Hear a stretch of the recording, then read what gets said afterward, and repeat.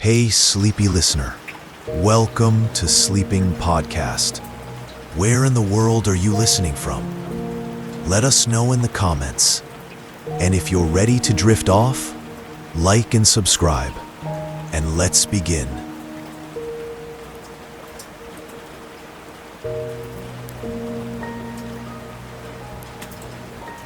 Let me tell you about the night I boarded the Moonlit Train. It was one of those nights where time itself seemed to soften, like thick velvet drawn over the world. The air was cool and still, brushed only by the faintest breeze, the kind that barely moves the hem of a coat or the edge of a loose strand of hair. The sky stretched wide and open above me, a deep and infinite blue, quiet as a held breath. The stars were out, but gently so, like they'd dimmed themselves for sleep. The station was small and old, tucked at the edge of a countryside town I never really knew the name of. I remember the sound of my footsteps, slow, muffled against loose gravel, a soft crunch with every step. There were no crowds, no announcements, no rush.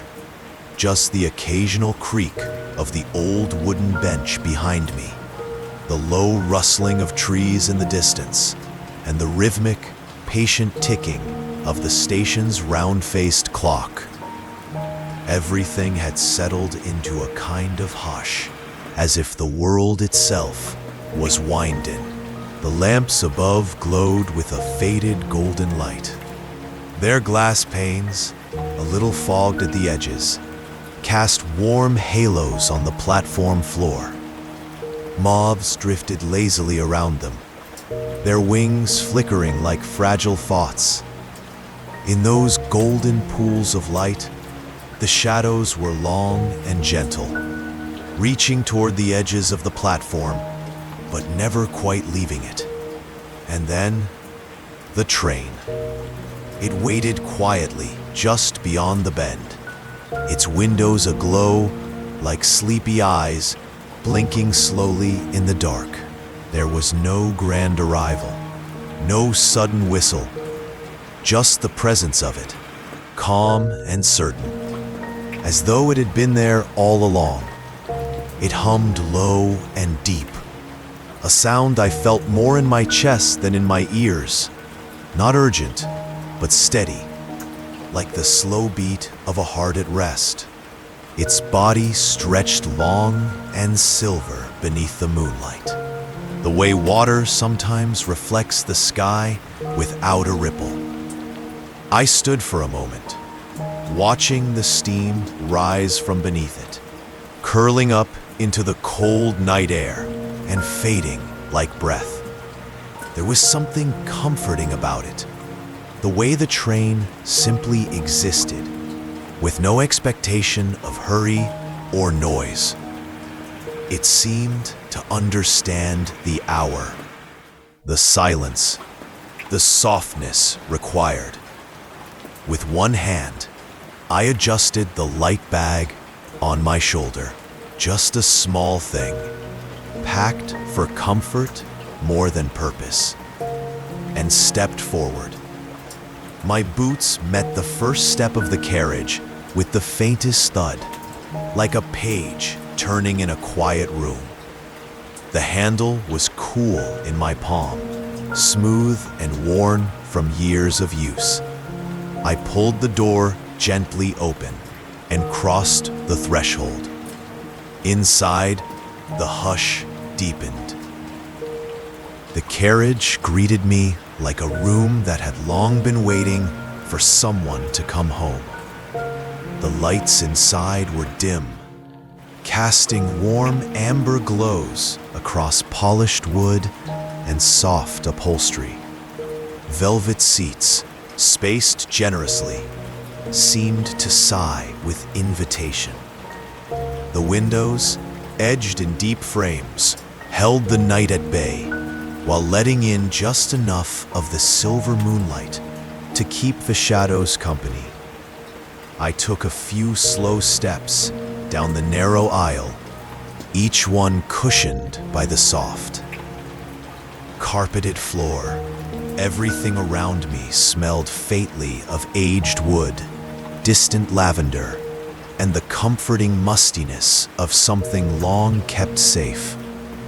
There were no voices, no other passengers near me, just the distant rustle of fabric as I passed, and the occasional creak of the old carriage settling into itself. I found a seat near the window and placed my bag beside me. The cushion gave a gentle sigh beneath my weight, as though acknowledging my presence. I let my hand rest on the armrest, cool and smooth beneath my fingers, and leaned slightly to look out into the stillness beyond the glass. Outside, the platform remained almost entirely untouched. A small wooden bench beneath one of the golden lamps, a few scattered leaves tumbling slowly along the ground. Beyond that, trees stood tall in the dark, their outlines soft, swaying with a grace only the wind could see. Everything felt suspended, not frozen, but held in gentle pause. And in that moment, as the train gave a subtle lurch and began to move, so slowly I barely noticed at first, I felt something inside me begin to slow as well. A kind of inner exhale. Not the dramatic letting go of something heavy, but the quiet easing of something that had been held for too long. A loosening. The train hummed beneath me, deep and low, like a song with no words. It rocked just slightly, almost imperceptibly, the way a cradle rocks when it's already coaxed someone halfway into dreams. I closed my eyes for a breath and let the rhythm of it wash over me. This was not a journey of miles, I thought, but of moments, soft and unrushed, unfolding like petals in moonlight. There would be nothing ahead that needed haste, just time, just space, just the gentle unfolding of the night.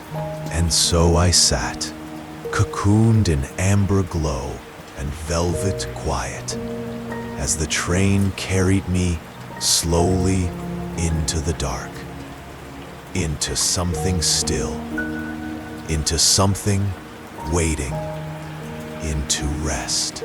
The carriage was filled with quiet things, the kind of quiet that doesn't ask for attention, but simply exists, present in the soft edges of light, in the hush of undisturbed air, in the stillness that comes not from absence, but from peace. The lighting above me was low and golden, as if the lamps themselves had grown sleepy. Each bulb glowed behind a frosted glass dome, casting its warmth downward, like moonlight wrapped in silk. I sat by the window, letting my body settle into the generous velvet of the seat. It welcomed me without a sound, the fabric rich and deep, something between plum and midnight blue, worn smooth by time and the weight of countless dreamers before me. I ran my fingers gently over the armrest, tracing the subtle weave of the material, then the curve of the polished wood that framed it.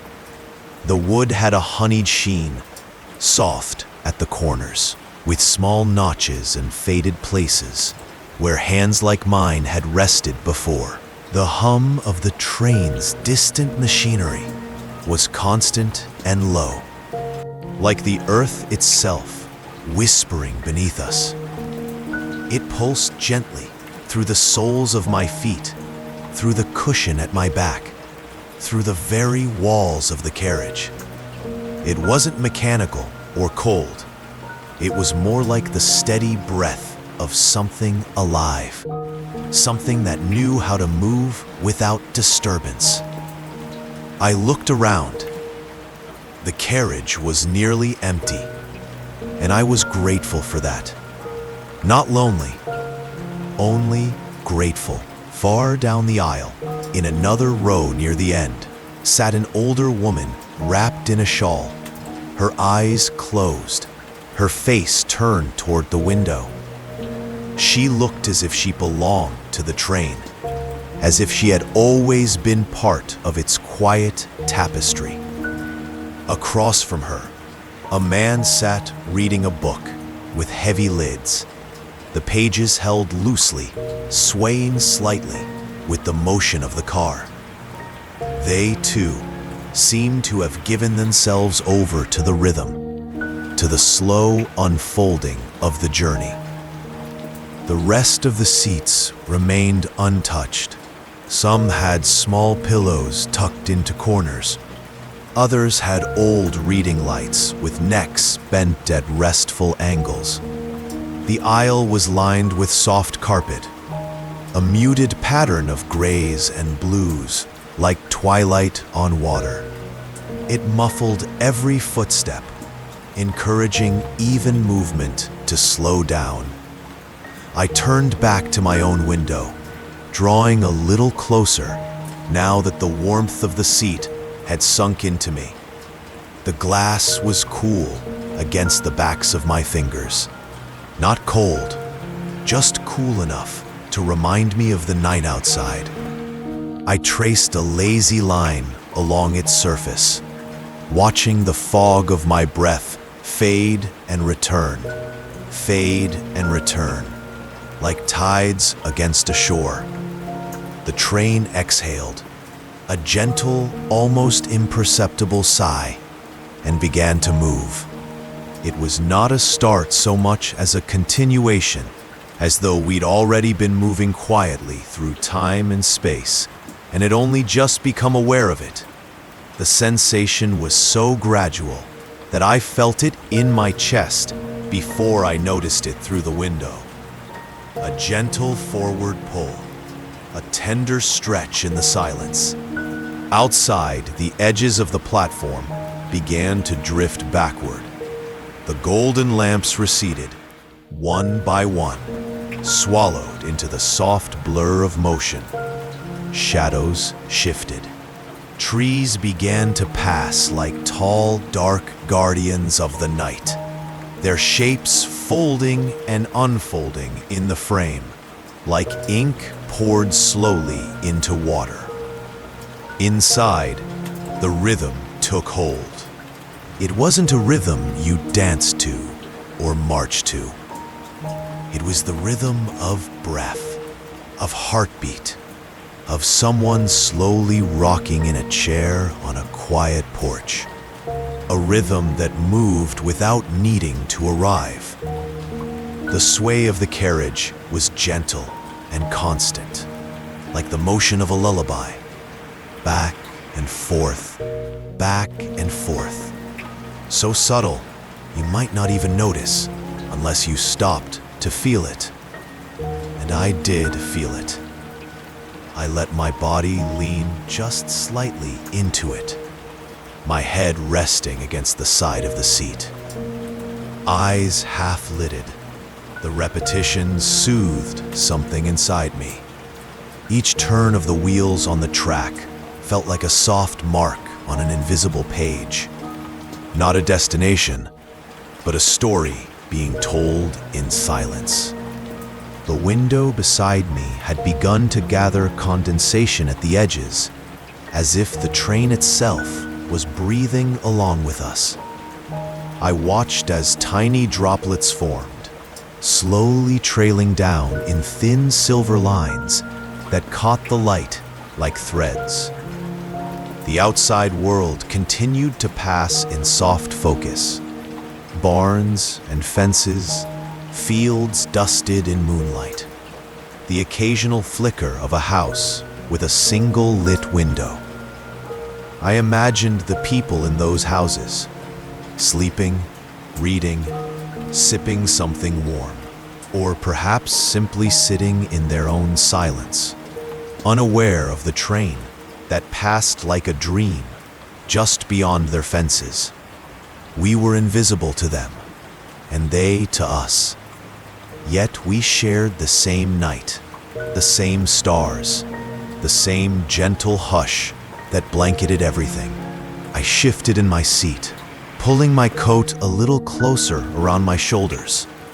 The fabric rustled softly, and the warmth it trapped was comforting. The air within the carriage held a faint trace of lavender and something older, a whisper of time, of wood warmed by countless winters. I breathed it in and let it settle inside me. This was not a journey of urgency. No clocks ticked loud here. No voices hurried anyone along.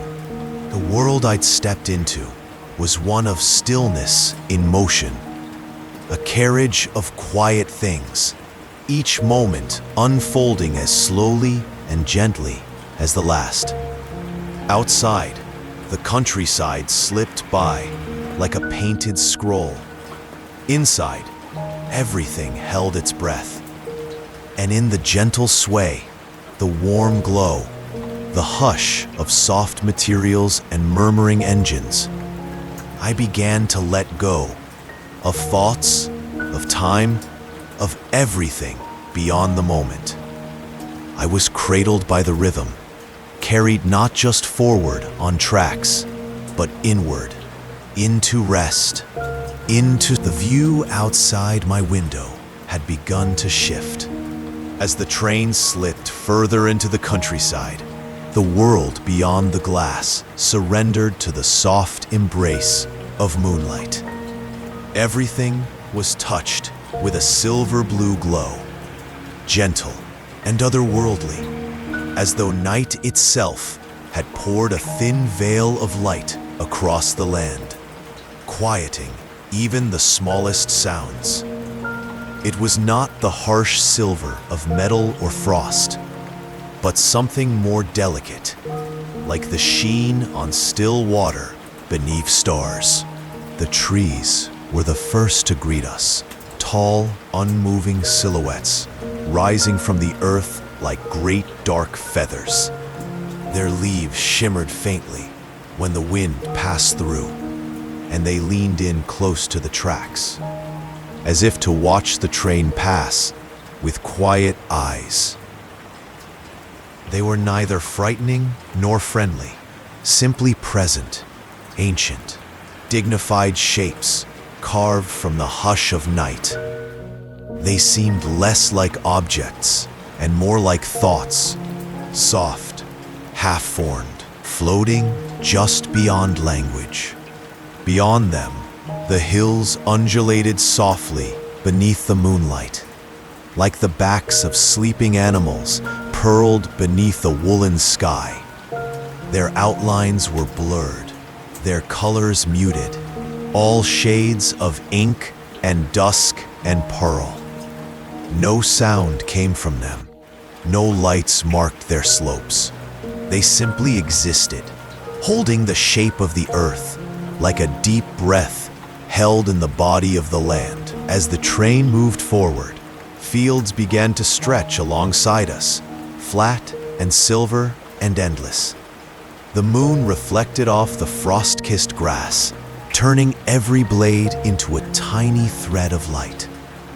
In places where the grass had grown long, it swayed gently in the wind, bending and rising again with the slow rhythm of something breathing.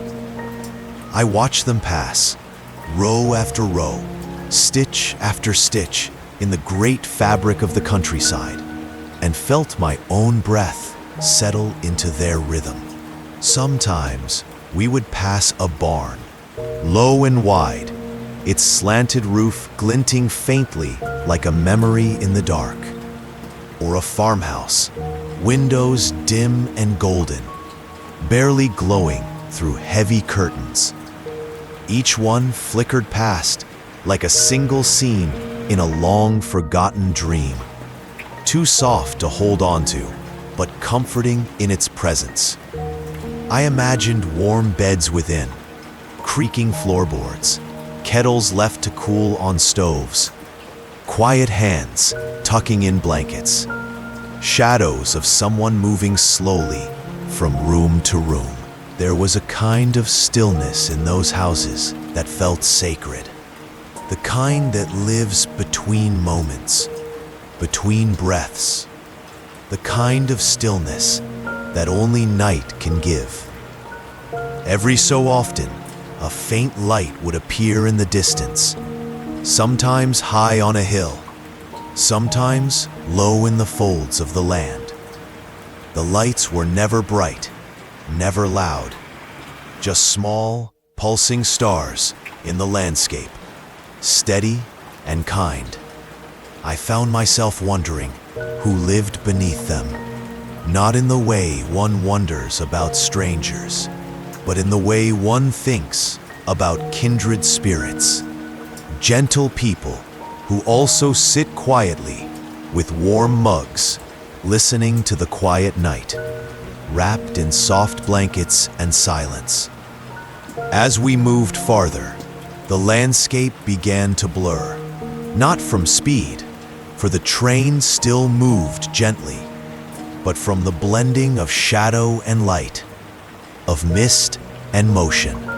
The world became a watercolor painting, soft at the edges, its colors bleeding into one another with the ease of ink on damp paper. Trees turned into smudges of charcoal, fields into waves of quiet gray.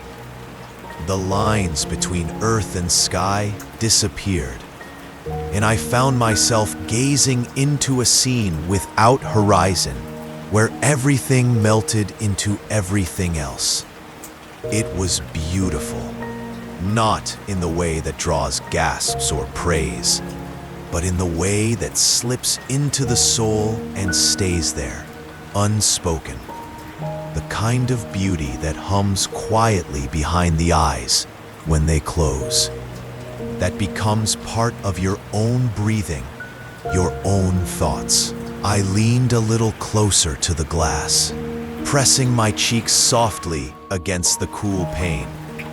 The sensation was grounding, a reminder that I was both here and elsewhere, both in this seat and drifting through 1,000 slow-moving dreams. The window vibrated gently with the motion of the train, a soft, steady pulse that lulled rather than disturbed. It was the rhythm of old lullabies, of the sea against distant shores, of stories told slow. Outside, the silver world continued. We passed under an old bridge made of stone, its arch cradling us like a protective hand. Ivy clung to its sides, and above it, trees reached over one another like a vaulted ceiling in some quiet forest chapel.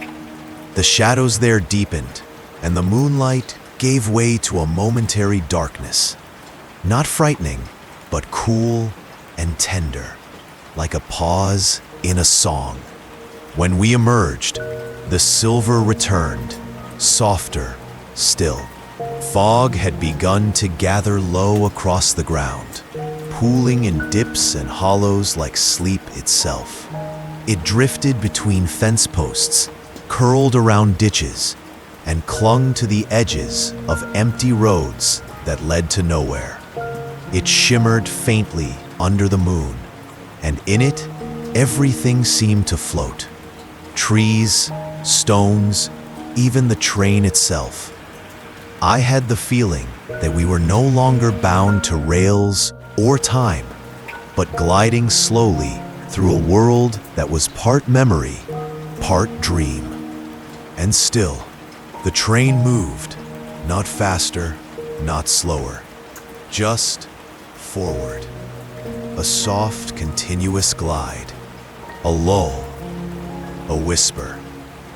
My eyes grew heavier, not from tiredness, but from the weight of calm. The more I watched, the more I felt myself become part of the scene outside, not a watcher, but a companion to the fields and farms, the trees and stars. I imagined my breath rising with the mist, curling among branches, brushing against rooftops.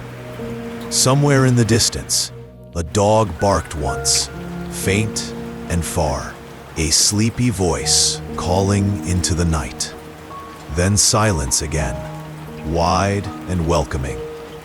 And in that silence, I let myself drift, wrapped in silver, held by shadow, gently carried by the blur of the countryside outside my window. The train rocked gently beneath me, not with force, but with the kind of tender sway that made it easy to forget the world had hard edges. It was the motion of something old and patient, something that had no need to rush. Each shift, each subtle lean, was part of a rhythm as old as travel itself. The quiet back and forth, the slow and even pull that asked nothing of me but stillness. I let my body lean into it, not resisting, not correcting, simply giving in. It was easier that way, easier to stop holding myself upright and let the movement guide me. My breath slowed naturally, without effort. It met the rhythm and joined it, like two waves that find the same tide. Inhale, rock. Exhale, sway. My shoulders softened, my jaw unclenched.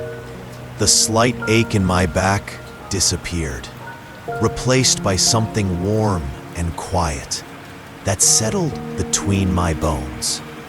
The train's motion lulled every part of me toward rest, not with sleep just yet, but with readiness. The kind of readiness that welcomes sleep when it comes, with no resistance at all. The sound of the wheels became clearer now. I heard them beneath the hum, beneath the breath of the carriage and the wind beyond the glass. A low, repetitive, there was a soft rise and fall to it. Not a melody, but something like one. An ambient music of travel. A pulse that existed beneath thought. Quack, clack, clack. Pause. Clack, clack, clack. It repeated like a whisper being told from beneath a blanket, over and over again. It reminded me of nights as a child when storms would pass through, and I would curl beneath layers, listening to the patter of rain and the occasional low groan of distant thunder. It was the same kind of safety, the same kind of presence. Not silence, never silence, but a sound that filled the space around me gently, asking nothing in return. I watched the light shift on the ceiling as the train moved, a slow, drowsy flickering, as if the lamps above were breathing too. Shadows swayed slightly with each turn, dancing across the floor, the walls, the arms of the seats. Nothing moved fast. The world around me had adopted the train's rhythm, folding itself into its cradle. I closed my eyes for a moment, not to sleep, but to feel the movement more fully. Without sight, I could sense the lean more clearly, the slow, invisible arc of each curve we passed, the slight lift to the right, the quiet return to center, a moment of stillness. Then, another sway, so soft it felt like floating. It wasn't motion that called attention to itself. It asked to be felt, not noticed. There's something deeply human about the comfort of being rocked. We are soothed by it before we even know how to ask for comfort. Infants cradled in arms, children rocked in chairs. stories read aloud in slow voices, all of it part of the same ancient language of movement. The train seemed to understand this, seemed to offer it back to me without explanation. I didn't need to think. I only needed to receive. I opened my eyes again and looked at the way the moonlight slipped across the window, stretched thin by our motion. It came and went like breath, a flash of pale silver, a shadow, then light again. The night passed slowly beyond the glass, but the train never faltered. We were in the same place, and yet always leaving. That too felt comforting. The idea that we could stay and go at the same time. The steady repetition of the wheels, the rocking of the cabin, the rhythm of my own breath, they had all become one and the same. I could feel my thoughts slowing, loosening from their usual shape. Not gone, but softened, like petals resting on water. There was no urgency in them anymore, no edge, only gentle drift. It made me think of other moments like this, the small, steady movements that had soothed me throughout my life. The slow turning of pages late at night, the circle of a spoon through warm tea, the way a candle flickers in a draft, not going out, just bending, dancing. The feeling of being in the back seat of a car, watching trees go by in a blur of green and sky, head resting against the glass. That lovely nowhere space between destinations, where nothing was asked of me but to sit and to be carried. This train, this moment, felt like the purest version of that. A soft cocoon in motion. A quiet stretch of time where all I needed to do was let myself be still while the world gently moved around me. The more I surrendered to it, the more deeply I sank into that stillness. My thoughts no longer reached ahead or behind. I stopped wondering where we were or when we'd arrive. I stopped holding the journey itself. This gentle, cradled motion was enough. It was everything. And so with the train rocking softly beneath me, with the sound of its wheels like a whispered story told again and again, I let myself fall deeper into quiet. Not into sleep yet, but into something just as precious. The kind of quiet that holds you. The kind of quiet that rocks you gently in the dark until even your thoughts begin to dream.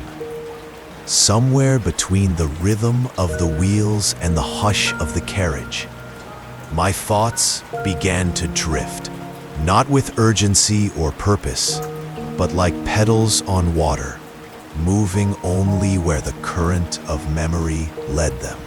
I didn't summon the past. It came on its own, slow and soft, as though it had been waiting patiently behind my breath. One gentle scene after another rose in the quiet space of my mind, not clearly, not sharply, but with the blurred, golden softness of dreams long slept through. These were not the moments I clung to, nor the ones that stood tall in the timeline of a life. Just the tender ones, the ordinary ones that held warmth like a quiet fire. I thought of an evening from my childhood, though I couldn't tell you exactly when or where. I was sitting in a room filled with the low light of a single candle, the kind that flickers like it's breathing. The scent of wax and warm wood hung in the air. Rain tapped gently against the windows, not enough to disturb, just enough to keep everything hushed. I remember a cup of tea in my hands, though I was probably too young to drink much of it. The warmth of it was the important part. It warmed my fingers, my chest, the space around me. Somewhere in that memory, there was laughter, distant and light, perhaps from the next room, perhaps from someone long gone. Not a loud or rolling laughter, but the kind that dances at the edge of a smile, shared quietly between people who know each other well. That laughter didn't belong to a specific face or moment. It was just there, like a warm light that never quite went out. And then another memory, gently surfacing, like a slow wave rising and falling again. A quiet afternoon on a windowsill, reading the same page over and over because the sunlight was too calming to turn it. I can almost feel the weight of that book, the worn softness of its corners, the way the dust caught the golden light just so. I wasn't trying to escape anything. I was simply resting inside the moment, fully there, as though the world outside the page had paused to let me breathe. These memories didn't demand anything. They asked for no attention, no interpretation. They simply arrived and lingered, curling softly around the present, like fog hugging the fields we passed. I let them move through me, let them blur with the sound of the train and the sway of the carriage, until it became hard to tell whether they were memories at all or just feelings dressed in old light and soft air. There was a winter night, too, the kind where everything outside was blanketed in snow, and the silence was so complete you could hear your own breath echo slightly. I remembered standing by a frost-glazed window, watching flakes fall in thick, slow spirals beneath a street lamp. Each flake was a little miracle, vanishing the moment it touched the ground. Inside, the air was heavy with the scent of something baking, and I remember the gentle tick of a clock, the way it counted time like a lullaby. I think I wore thick socks, the kind that slide a little on wooden floors, and I moved slowly through that memory, not as a visitor, but as someone returning to a room that still held the warmth of their absence. Not all memories are loud. Some of the most comforting ones whisper, like the scent of a loved one's sweater tucked into the corner of a drawer, or the way a lamp casts a soft golden circle on the wall late at night, or the memory of being carried as a child, head resting on a steady shoulder, rocking with the steps of someone who loved you. They return to me now, not in full color, not in detail, but in sensation. Gentle, drifting moments that wrapped themselves around the present. I didn't hold them. I didn't need to. I let them move in and out like the rhythm of the train, each thought rising, peaking, and falling again into the stillness. It's a strange and beautiful thing, how the body outside, the silver-blue landscape continued to glide past, but I barely noticed it now. My eyes were half closed, my gaze unfocused, as if I were watching something on the inside of my eyelids. Perhaps I was. Perhaps the train carried more than my body tonight. Perhaps it carried these old, soft things too. These fragments of comfort and warmth and long-ago moments that needed no words, no names. I could feel the gentle weight of them, not heavy, just present, like a blanket pulled over me in sleep. They offered no stories, only sensations. The way lamplight feels on tired skin. The way someone's fingers once tucked a strand of hair behind my ear. the way time sometimes slows when we are truly, deeply at peace. And as I let these memories pass through me, I began to notice how quiet everything had become. Not only the train, but my thoughts. Even my breath seemed slower, longer, more content. There was no need to reach for anything, no need to stir, only to drift. And so I did, cradled in soft memory, wrapped in warmth, carried gently through the night. After some time, though I couldn't say how long, I rose slowly from my seat, drawn by a quiet curiosity, the kind that comes not from restlessness, but from softness settling into the bones. My limbs moved without urgency, like they too had adopted. The next carriage was quieter still, not because it was empty, though it nearly was, but because something about it felt paused, suspended in time. It was lit only by dimmed lamps along the walls, soft amber domes that spilled their light gently onto polished wood and worn carpet. The light didn't reach far, only a few feet in each direction, leaving the rest in shadows that felt more like blankets than darkness. The edges of things blurred, but nothing was hidden, just softened. The wood paneling here was darker than in my own car, rich and warm, like something aged slowly over years of silence. The grain of it caught the amber glow in quiet curves and whirls, and the brass fittings along the edges had dulled to a soft, matte gold.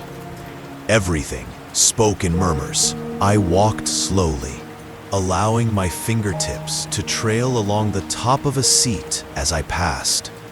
Velvet, once bright, now faded to a muted dusk blue.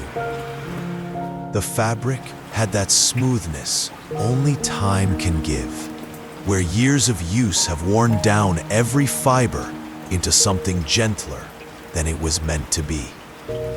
There was a kind of comfort in that, in things that had lasted, that had grown softer with age. The floor beneath me was carpeted in patterns that might once have been vivid, but now looked like the echo of a design. It felt thick underfoot, cushioning my steps, so even the soft soles of my shoes made no sound. I passed seat after empty seat, all turned slightly toward the windows, as if each one still remembered someone who had once leaned there to dream. The air in this carriage smelled of old leather and lavender, and something more delicate beneath that. Dust, perhaps, but not the harsh kind. This was the dust of forgotten books and closed piano lids, of soft things left undisturbed.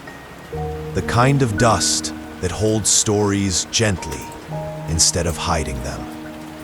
It made me breathe a little deeper, slower, as if my lungs wanted to match the pace of the air itself. Near the far end of the car, just below one of the low amber lamps, I noticed a shape curled into the corner of a seat. A cat, or what looked like one, nestled in a pool of light, its fur glowing like a patch of warm earth. Its body was perfectly still, tucked into itself with practiced ease, tail curved along its side, ears relaxed.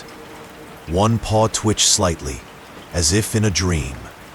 I paused, watching it for a moment. The train rocked, and the lamp above flickered just slightly, casting long, gentle shadows across the carriage. The cat didn't stir. I couldn't be sure if it was real. The light, the movement, the hush of everything, it all blurred the line between memory and presence. But whether it was truly there, or only something conjured by the quiet, it felt right. a perfect living piece of this paused world. I continued past, not wanting to disturb it. The windows along this car were wider, or perhaps the light simply seemed softer here. I stopped by one and gazed out. The countryside still passed in that slow silver way, fields and trees melting into one another beneath the moonlight, all washed in blue and gray. Fog drifted low along the edges of the land, curling like smoke, folding around fence posts and hedgerows. The world outside had no urgency, no sharpness. I stood there for a while, hand resting lightly on the wooden frame, forehead near the glass. It was cool to the touch, grounding, like the hand of someone steadying me in a moment of quiet. I didn't think. I didn't wonder what time it was. I simply let the view move slowly past, as if I were watching the night itself settle into sleep. Behind me, the amber lamps hummed faintly, casting their halos on the floor, lighting the path I had walked. The whole car felt held in a gentle breath, not the kind drawn in, but the kind slowly exhaled and never quite finished. A lingering sigh, a stretch of time with no weight. I walked back the way I had come, each step a little slower, the hush a little deeper. I paused near the cat again, still curled and warm, still dreaming. I didn't need to know if it had truly been there. Some things, I think, are meant to be both real and remembered, all at once. As I returned to the door, I took one last look around. The seats, the shadows, the pools of light, they all stayed exactly where they were, unchanged by my passing. As if the carriage had merely opened itself for me, then folded itself closed again, waiting for the next quiet traveler to pass through. I stepped back into my original car, where my seat waited by the window like a soft familiar. The lamp above me still glowed with its gentle light. The rhythm of the train still rocked its quiet cradle, and I settled once again into the comfort of my place.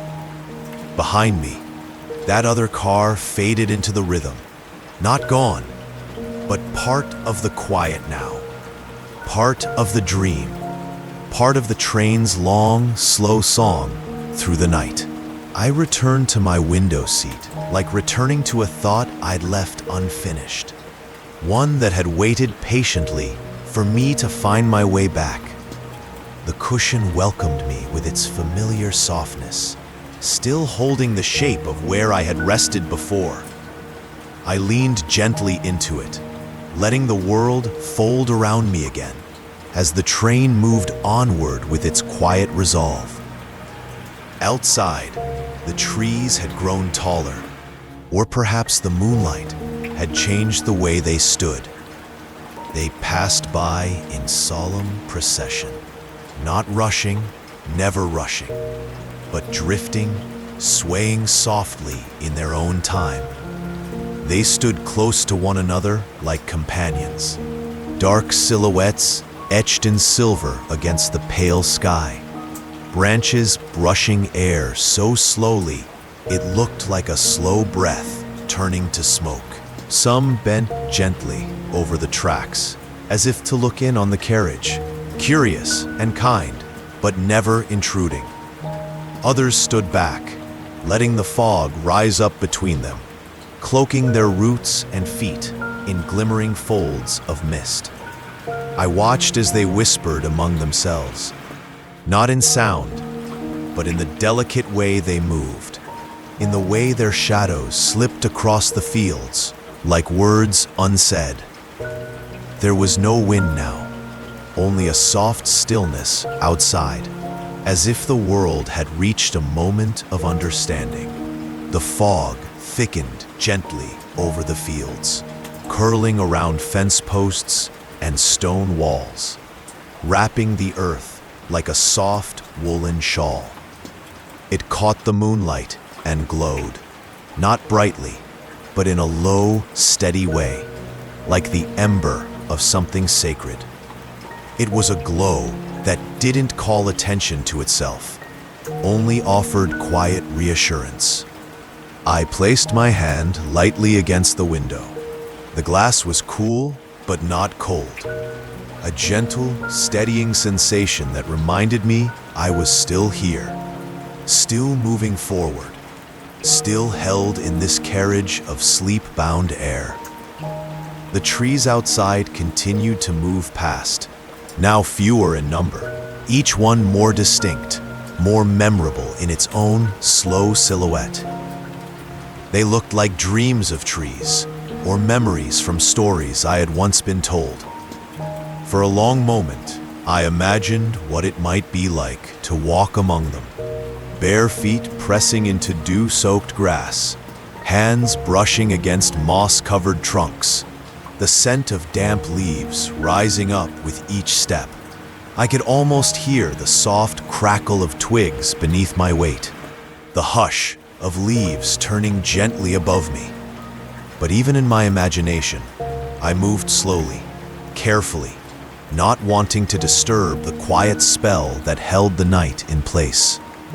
The train continued to hum beneath me, its wheels speaking the language of long journeys, a slow, repetitive rhythm that felt like a heartbeat half remembered. Inside, the carriage was bathed in dim golden light, but outside, everything was silver and shadow and silence. I let my eyes wander through the landscape, following the soft line where the land met the sky, where the trees faded into mist and stars barely peeked through the veil of fog. Somewhere in the distance, faint lights flickered, perhaps a cottage tucked into the hills, or a lamp left on in a forgotten room. Each light felt like a quiet story, still unfolding behind thick curtains and wooden walls. I imagined the people inside, slow-moving, perhaps asleep already, or curled in silence beside an old fire. I didn't need to know their lives to feel close to them. The night had a way of making everything feel nearer, like we were all wrapped in the same slow dream. The train curved gently, and new trees came into view. Slender birches with silver bark that glimmered in the moonlight, their leaves hanging like threads of silk. They stood apart from one another, more open, more delicate, and I could see the fog moving between them like water, filling the spaces they left behind. In the soft movement of it all, I felt the world breathing. Not in and out, but in and in. A quiet drawing inward, toward rest, toward stillness. I closed my eyes for a moment and let the motion of the train rock through me. Even with my eyes shut, I could still feel the trees, tall and swaying, their presence like the slow gesture of someone offering comfort without words. They weren't watching in the way people do. There was no judgment, no awareness of self, just the sense that they were part of something larger and older, and I had simply brushed past the edge of it. I opened my eyes again and leaned my head gently against the window pane. The cool glass held me there like a soft hand to the temple, grounding me in the moment. Outside, the trees were fewer now, and the fog stretched wide across the land. The moon, once high, had dipped lower, casting its long light across the fields like a path only dreams can follow. Everything slowed, even time, even thought. I took a deep breath, slow and full. Then, let it slip out through barely parted lips, like mist leaving the body. My breath matched the train's hum, matched the sway of the trees, matched the quiet beat of the night. The fog continued to rise, the trees continued to sway, and I continued to watch, not to see, but to feel, as if my eyes could listen, as if the trees had stories to tell, and I only needed to be still enough to hear them. There was a moment when I felt the gentle pull, not of curiosity, but of comfort, to rise again and drift further into the quiet world of the train. I moved softly, steps barely a whisper on the carpeted floor, guided not by purpose, but by instinct, like turning slowly toward a warm light. At the end of the next car, tucked into a corner like a secret, was a small dining nook. It felt like a memory made real. Just a few worn tables with rounded edges, soft linen cloths in muted shades of cream and pale blue, and a single overhead lamp that glowed like candlelight behind frosted glass. There was no sound except for the faint clink of ceramic and the quiet hum of the train, steady as breath. One quiet attendant stood behind the counter, not speaking, only offering a small, knowing smile. The kind that says, "Yes, this is for you. No need to rush." There were no questions, only gestures. And soon, in front of me, was a cup of tea. It was warm in my hands, radiating through the delicate porcelain like a held sun. I carried it slowly to a corner seat, where the window curved slightly and invited me to settle in. The tea steamed gently, little tendrils rising into the cool air and curling upward like smoke from a storybook chimney. I brought it to my lips and sipped. The warmth moved through me like a soft exhale, blooming in my chest and settling deep into my belly. The flavor was subtle, something floral and faintly sweet, like dried petals and honey stirred by moonlight. It wasn't a drink so much as a feeling, one that reminded me of being safe, being still, being known. As I sat, the fog on the window grew a little denser. The warmth of the tea in my hands mingled with the cool glass, and a small patch of condensation bloomed softly where the two met. Warmth meeting stillness, breath meeting silence. I watched it grow, tiny droplets forming like stars across the surface, catching the light from within the car. They sparkled faintly, refracting golden glints from the dim overhead lamp, like distant lights on a midnight lake. I didn't wipe them away.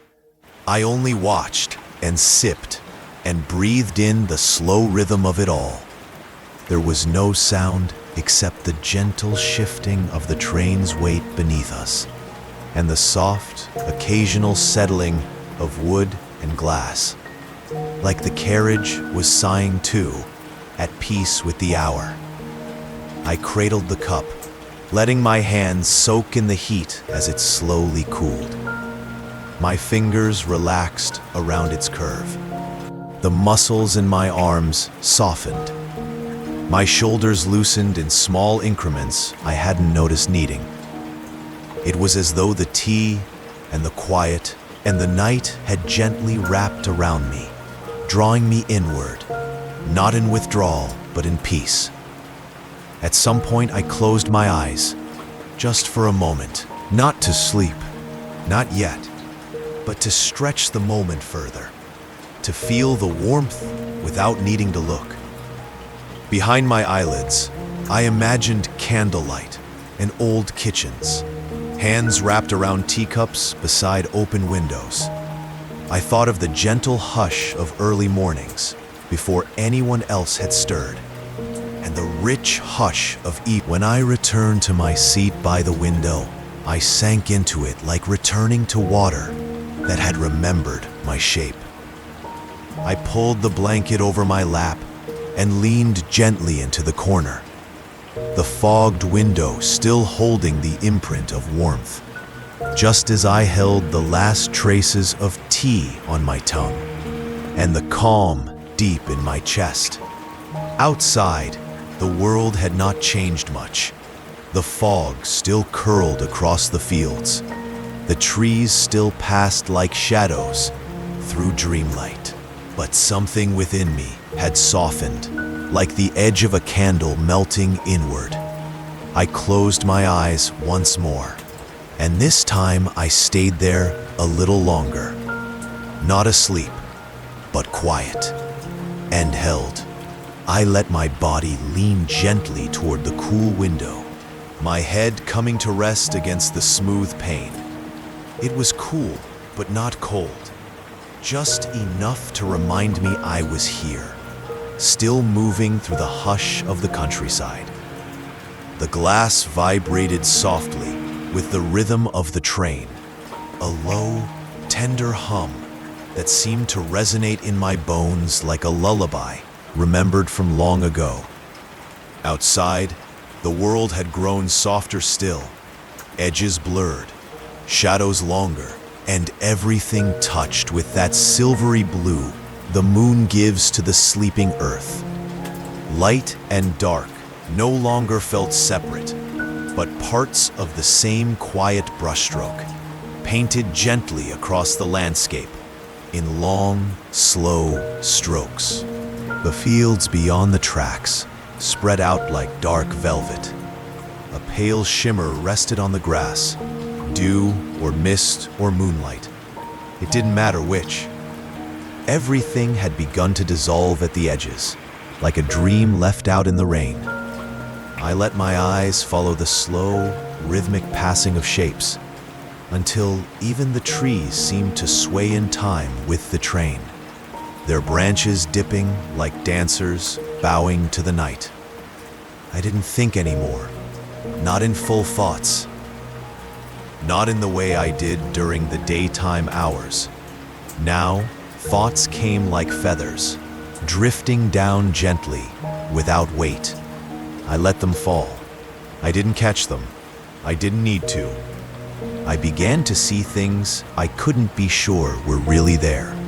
A flicker of movement at the edge of a field, perhaps a deer, its antlers catching the moonlight like two silvered branches.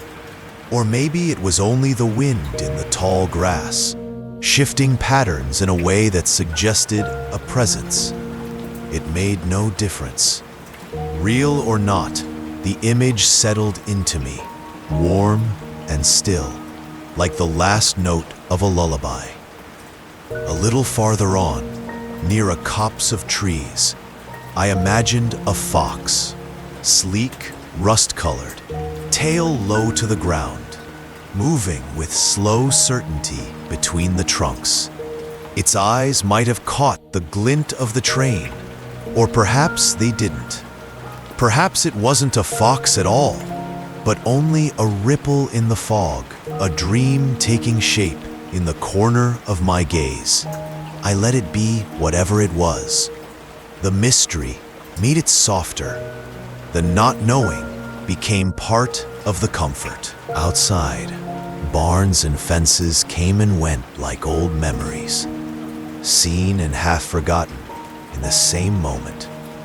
The lights in distant farmhouses were fewer now, and dimmer, tiny pinpricks that could have been stars if I hadn't known better. But even that was beginning to blur. Was I seeing stars reflected in windows, or lights flickering behind curtains? I didn't need to decide. Everything could be both. The train moved on, endlessly patient. I felt no need to arrive anywhere. Not tonight. The destination had become unimportant, a word left behind in some earlier part of the day. All that mattered now was this: the quiet rhythm, the cradle of motion, the way the darkness outside folded itself gently around me, like a thick, comforting blanket. Shapes passed. A windmill, slow and still. A narrow bridge beneath, which the train slipped like a thought unspoken. I watched, or half watched, or simply let the images pass through me the way dreams do when they are too soft to hold. Outside, barns and fences came and went like old memories, seen and half forgotten in the same moment. The lights in distant farmhouses were fewer now and dimmer, tiny pinpricks that could have been stars if I hadn't known better. But even that was beginning to blur. Was I seeing stars reflected in windows, or lights flickering behind curtains? I didn't need to decide. Everything could be both. The train moved on, endlessly patient. I felt no need to arrive anywhere, not tonight. The destination had become unimportant, a word left behind in some earlier part of the day. All that mattered now was this: the quiet rhythm, the cradle of motion, the way the darkness outside folded itself gently around me, like a thick, comforting blanket. Shapes passed. A windmill, slow and still. A narrow bridge beneath, which the train slipped like a thought unspoken.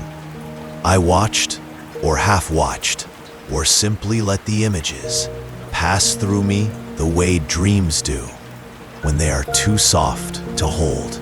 My breath slowed. My body softened. Even my thoughts, those quiet companions, had grown weary, stretching themselves long and thin until they barely spoke at all. They curled up somewhere quiet and waited. I closed my eyes, just for a moment, just to feel the world without needing to see it. The sound of the wheels was low and constant, like the soft rustle of wind through tall grass, or the distant tide endlessly folding itself back into the sea. I imagined the deer again, this time farther away, still and alert beneath a tree. And then the fox, curled in its den, tail over nose, asleep. I imagined fields where moonlight fell in soft sheets, and rivers that whispered beneath stone bridges, carrying the night downstream. I imagined someone lighting a single candle in a faraway window, not to be seen, but simply because the quiet called for it. I didn't need to know what was true and what was imagined. Truth had melted in the warmth of this slow hour. What mattered was the way it all made me feel, safe, distant, and gently adrift. I rested my hand against the cool window once more, feeling the slow pulse of the train beneath the glass. The vibrations spoke in a language I didn't need to understand, one made of rhythm and quiet and peace. And so I stayed like that, drifting but not lost, half dreaming but not asleep, watching the world blur gently into nothing or everything. The line between inside and outside, between memory and dream, between waking and rest, was almost gone. Just a soft haze now, like fog over a field, like sleep nearly arrived. The rhythm had changed, not broken, not paused, but softened further still, as though the train itself had taken a deeper breath. I couldn't tell whether we were truly moving slower, or if time had begun to melt, stretching itself into something less linear and more like a long sigh. Whatever it was, I felt it not in the world outside, but in my body, in the quietness that had crept into my chest, in the stillness that had begun to settle into my limbs. Each turn of the wheel seemed to take a little longer now. Each hum of the engine lower, deeper, more like a distant purr than the steady movement it once was. It was as though the train, too, had grown sleepy, lulled into a slower rhythm by the softness of the night. I welcomed it, not as something lost, but as something found. A new slowness, a deeper stillness. I became more aware of my breath. It came gently, quietly, like wind through tall reeds. No effort, no thought, just presence. I let it move as it wished, unhurried and light. The coolness of the window against my cheek, the softness of the seat beneath me, the warmth that still lingered in my chest from the earlier cup of tea, all of it combined into something like a gentle weight, like a blanket laid across my shoulders. My limbs had surrendered to the seat without me noticing. There was no resistance in them now, no tension, no sense of holding, just rest, a deep and natural rest, as if I had belonged to this quiet train all along, as if I had always been on this journey. The scenery outside had become more abstract, more like soft brushstrokes in a painting I'd seen once in a dream. Trees moved slowly past, their shadows long and blurred, like thoughts at the edge of sleep. Sometimes I thought I saw a flicker of movement in a distant field, an owl in flight, or the quiet leap of a hare. But even these moments were slow, folded into the calm, never disturbing the silence that blanketed everything. The night pressed gently against the windows, not heavy, not dark, but full, like dusk wrapped in velvet. A deep, quiet blue, just shy of black. A color that made everything feel protected, even hidden, in the way a child feels safe beneath the covers. The sense of safety grew with every passing minute. It wasn't the safety of locks or walls. It was something more delicate, more ancient. The kind of safety that comes from being cradled by time itself, by rhythm, by the familiar hush of night. It was the comfort of knowing nothing needed to happen, that this moment was enough. I shifted slightly in my seat, not to move, but to settle more fully. My hand rested loosely in my lap, my eyes half closed, seeing only shapes, only softness. I listened to the silence between the sounds, the breath of the train, the occasional rustle of trees, the low hum of distance. Even the air seemed slower, like it had thickened slightly, inviting less movement, more stillness. The train passed beneath a wide sky, stars faint behind a thin veil of mist. I imagined we were riding not on rails, but on clouds, skimming the tops of hills, gliding over the earth without weight. The sensation was not of going somewhere, but of being gently carried by time, by night, by the dream of the journey itself. There was no need to know the hour. The clock had lost its meaning.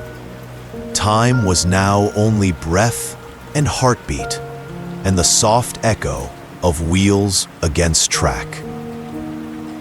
Even my thoughts, those last fluttering things, had grown long and slow, like shadows stretching at dusk. I let them come and go as they pleased, never reaching too far, never speaking too loud. I thought, briefly, of a candle in a faraway room. Its flame still, untouched by breeze. A room I'd once known, or only imagined. The memory felt warm, like a soft hand resting on my shoulder. Then it faded, not forgotten, just no longer needed. A gentle weight settled behind my eyes. Not tiredness exactly, but an invitation. The space between moments grew wider, quieter. I began to notice more in the silence. The small hum of electricity in the walls, the distant creak of the train's frame, the tiniest sigh as we rolled through a turn.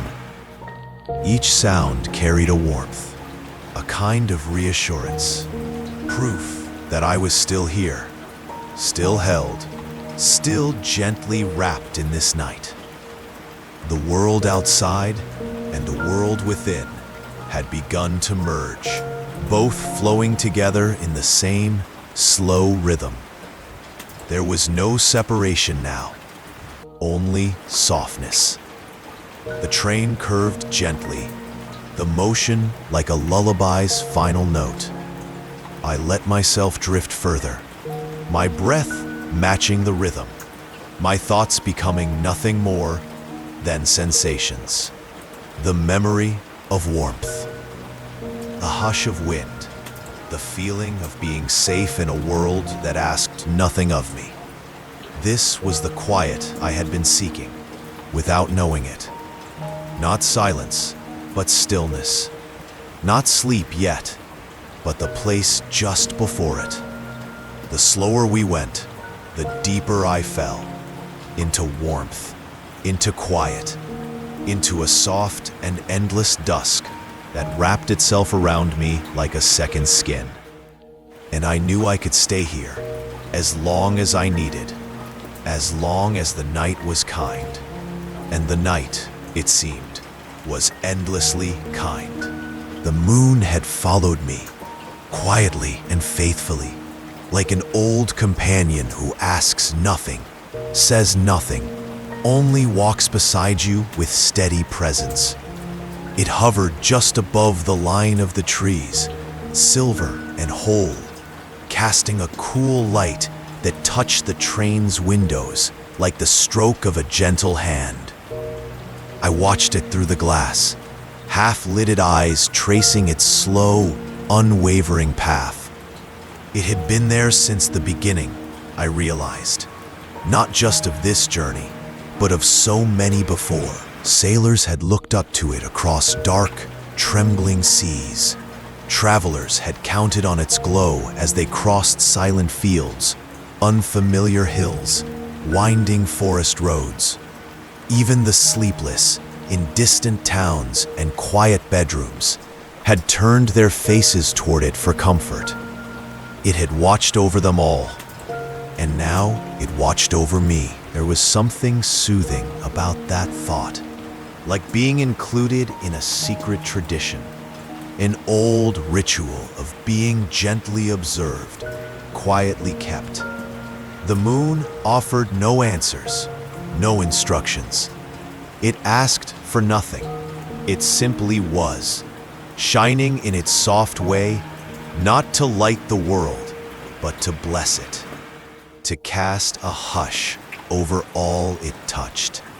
Its light washed over the countryside outside my window, turning the trees to delicate silhouettes, the grass to silver threads. The hills rolled softly like waves under silk. Every surface became something other, something dreamlike. Even the rails beneath us shimmered faintly, as though we were riding a path made of moonlight itself. I pressed my fingertips to the glass. It was cool, but not cold, just enough to remind me I was still here, still traveling, still inside this moment. The moonlight pooled gently against the pane, mingling with the faint reflection of my own face.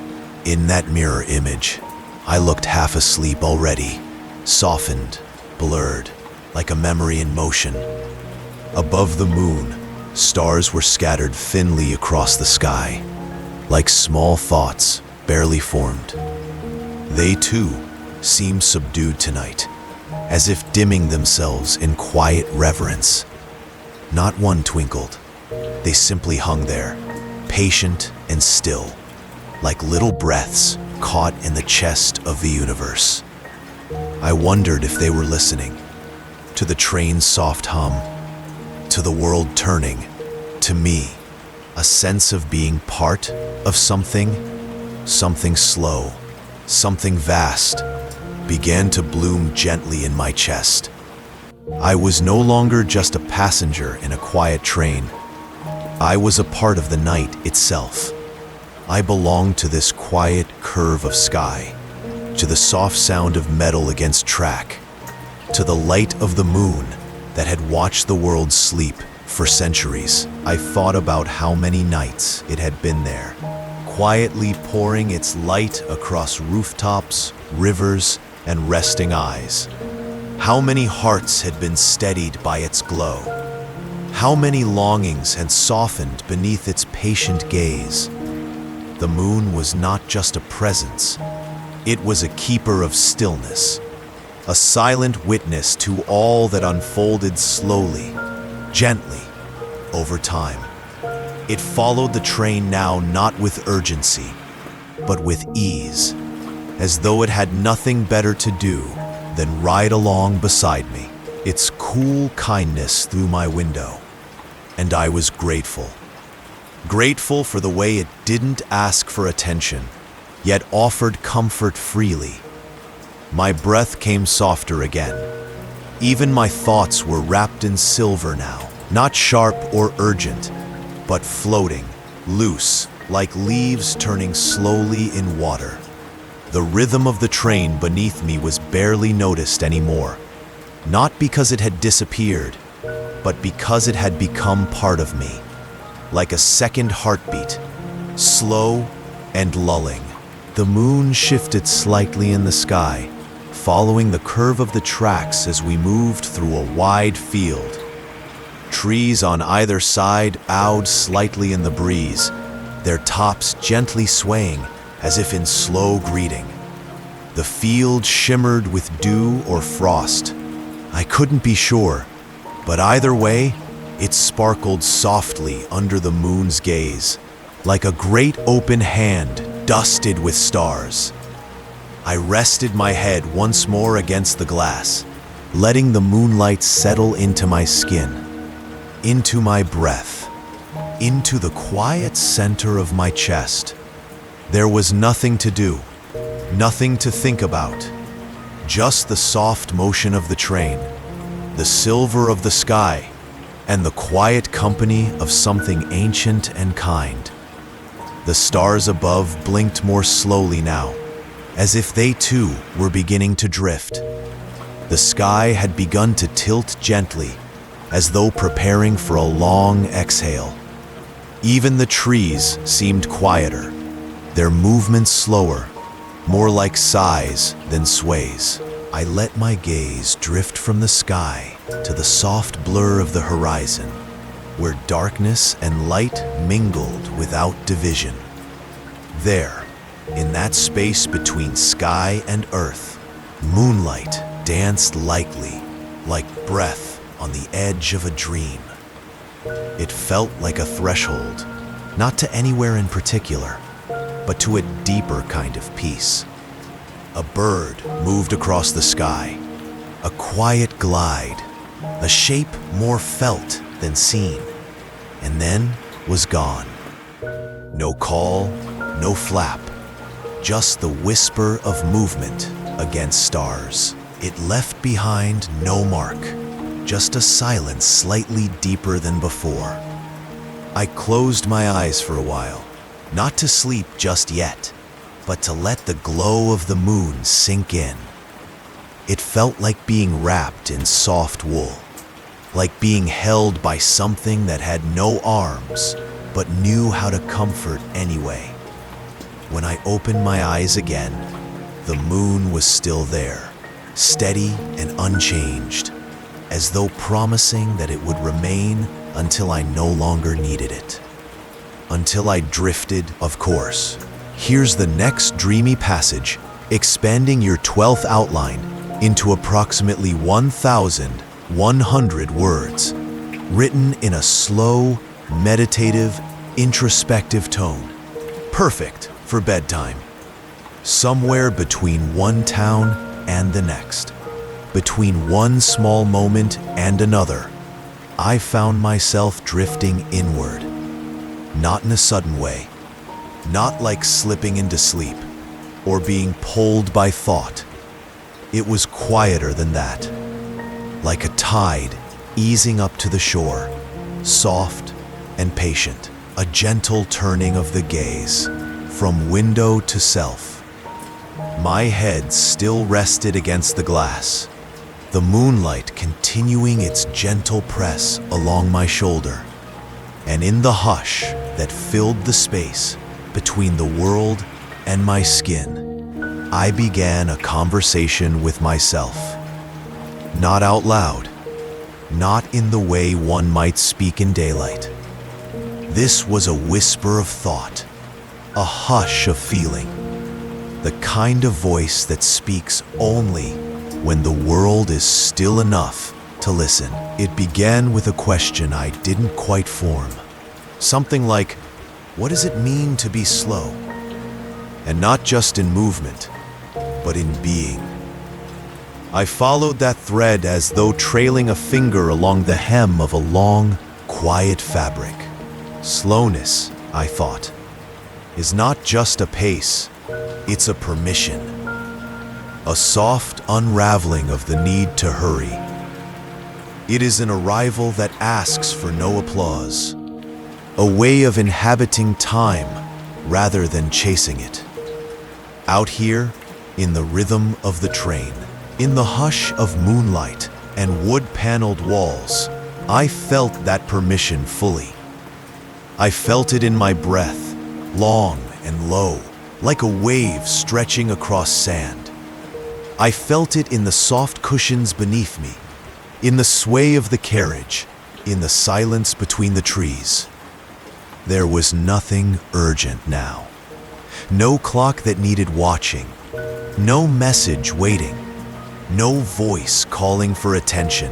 All the things that filled the waking hours, the schedules, the notifications, the ever-churning thoughts, had slipped like coats off my shoulders at the station long ago.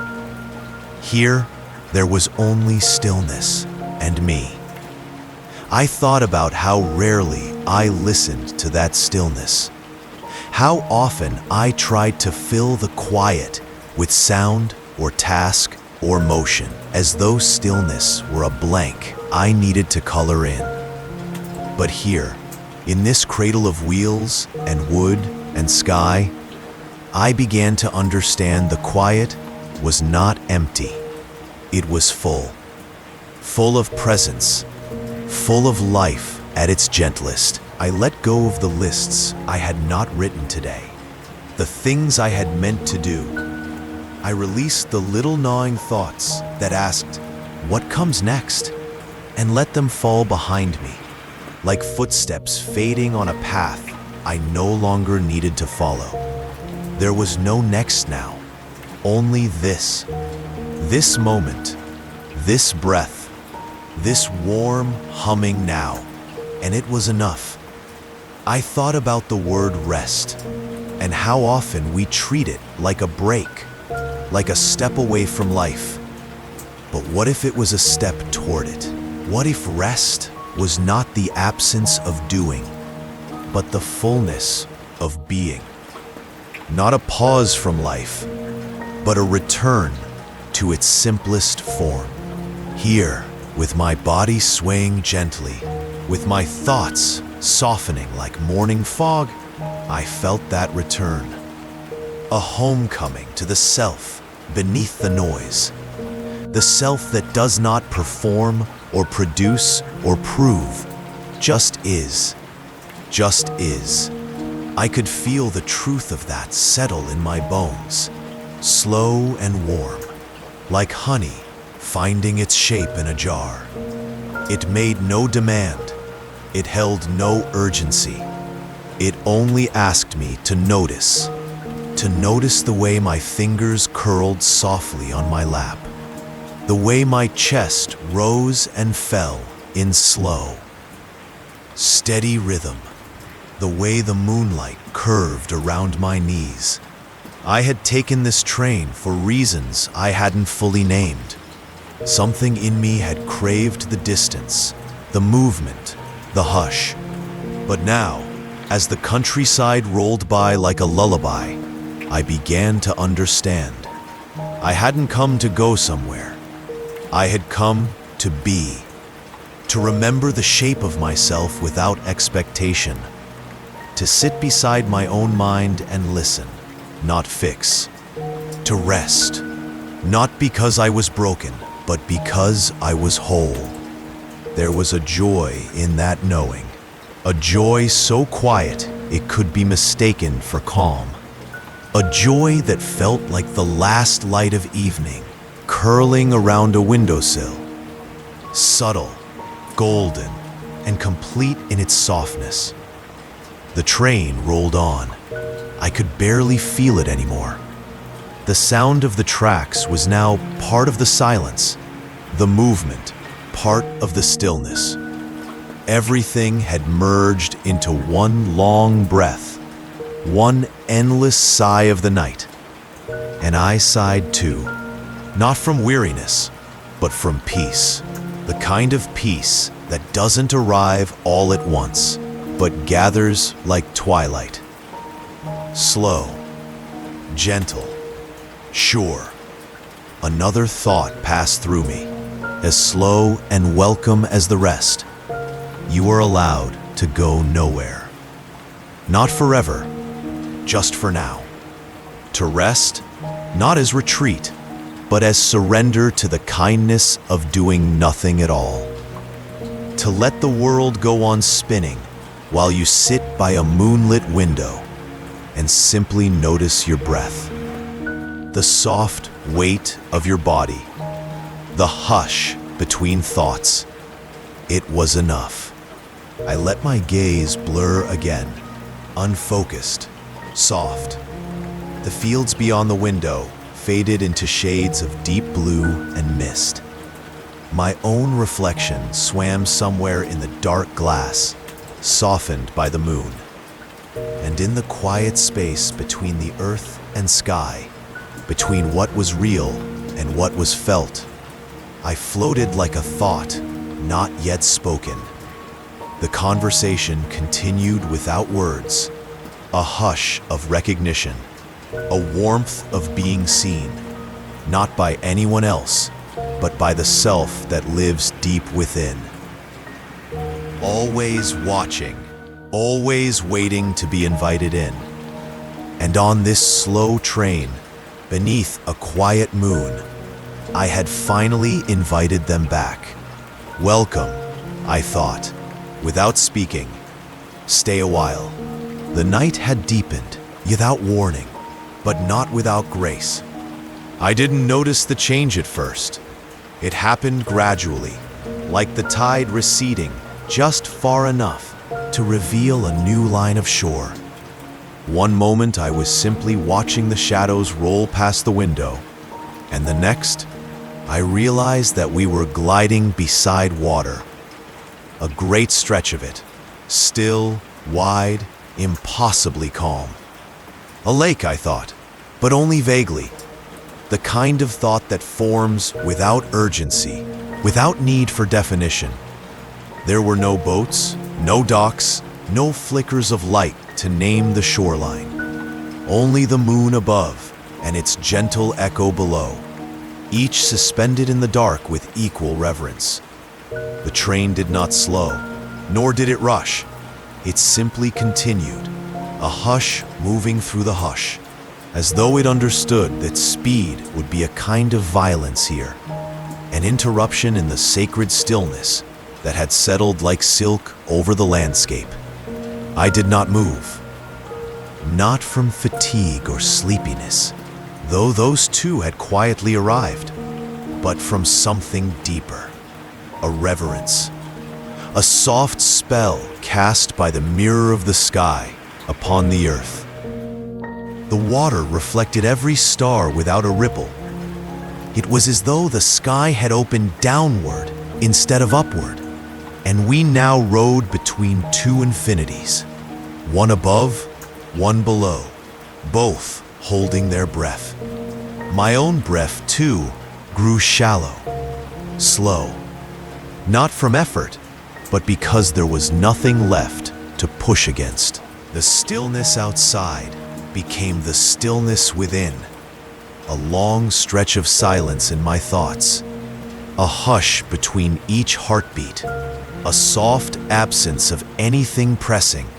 This, I thought, is the purest kind of rest.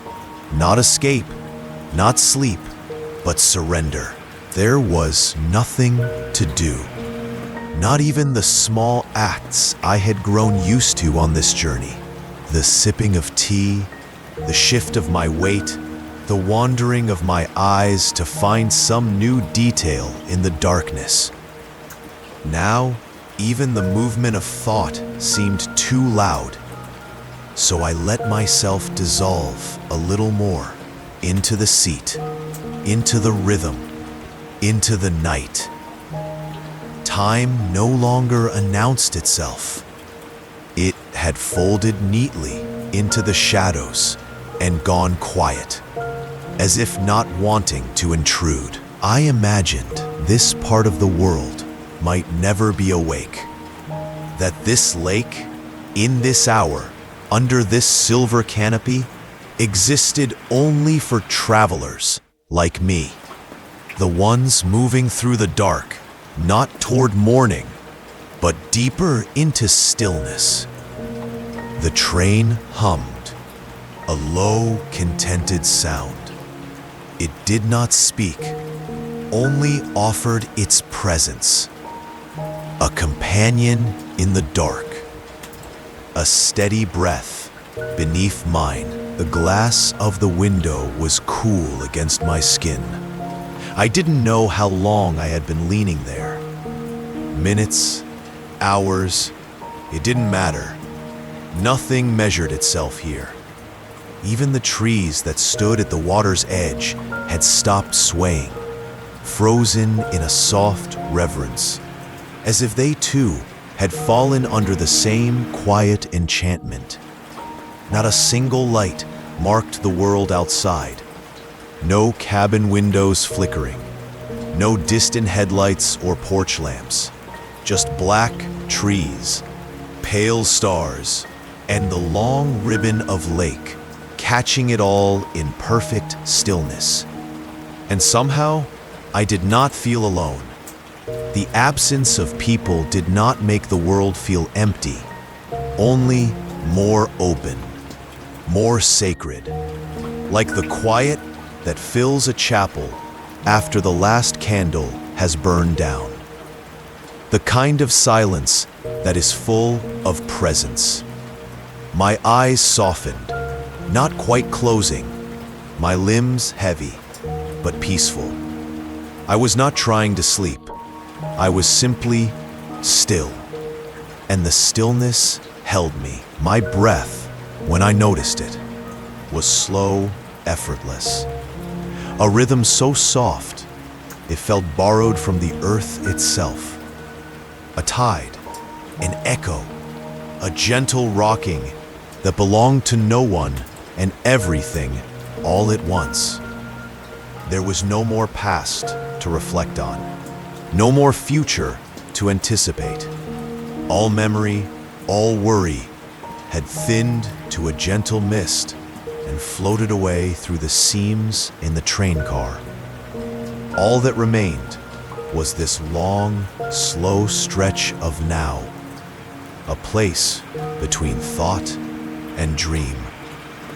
A moment so hushed, it might never end, and I would not mind if it didn't. I let myself sink even further, into the cushion beneath me, into the moonlight sliding softly across the window pane, into the musicless music of breath and dark and distant stars. There was nothing more to say. Even my inner voice, the one that had whispered gentle thoughts through much of this journey, had grown quiet, not silenced, just soothed, content to rest beside me in this wordless place. Outside, the lake stretched on, unbothered, unmoving, a perfect mirror to the sky. And I, still and breathing, became a mirror too, a reflection of calm, a vessel of rest, a still thing in a still world. I do not know how long I remained that way, but I know I did not stir, not in body, not in spirit. The train continued its quiet journey beside the water, and I traveled with it, not to arrive, but simply to be carried. And in that stillness, I was home, somewhere along the stretch between stillness and sleep. I began to hear music, not the kind played by hands, nor shaped by any clear source. It was more like a feeling that had turned into sound, a hush that had learned to hum, the faintest thread of something melodic, almost too distant to name.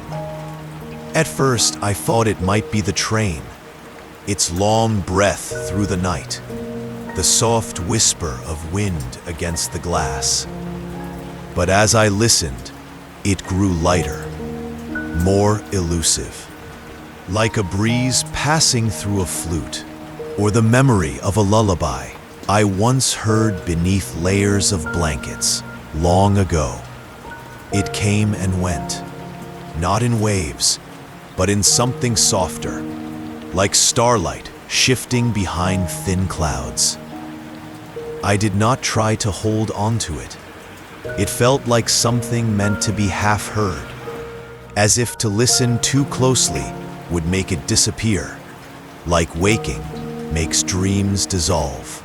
And perhaps it was only a dream, or something born from the deep quiet of this moment.